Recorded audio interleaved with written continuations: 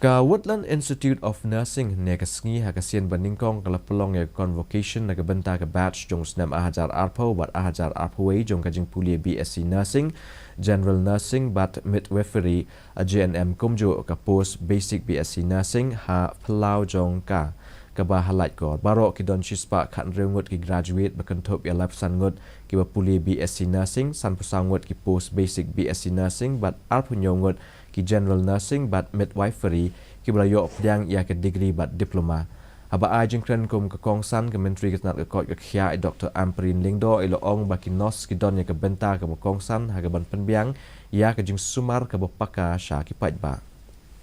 Meghalaya urgently requires dedicated nursing services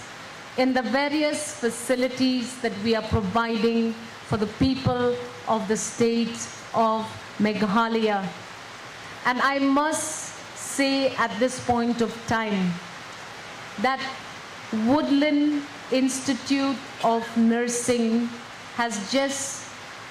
been told to me by Madam Marbanyang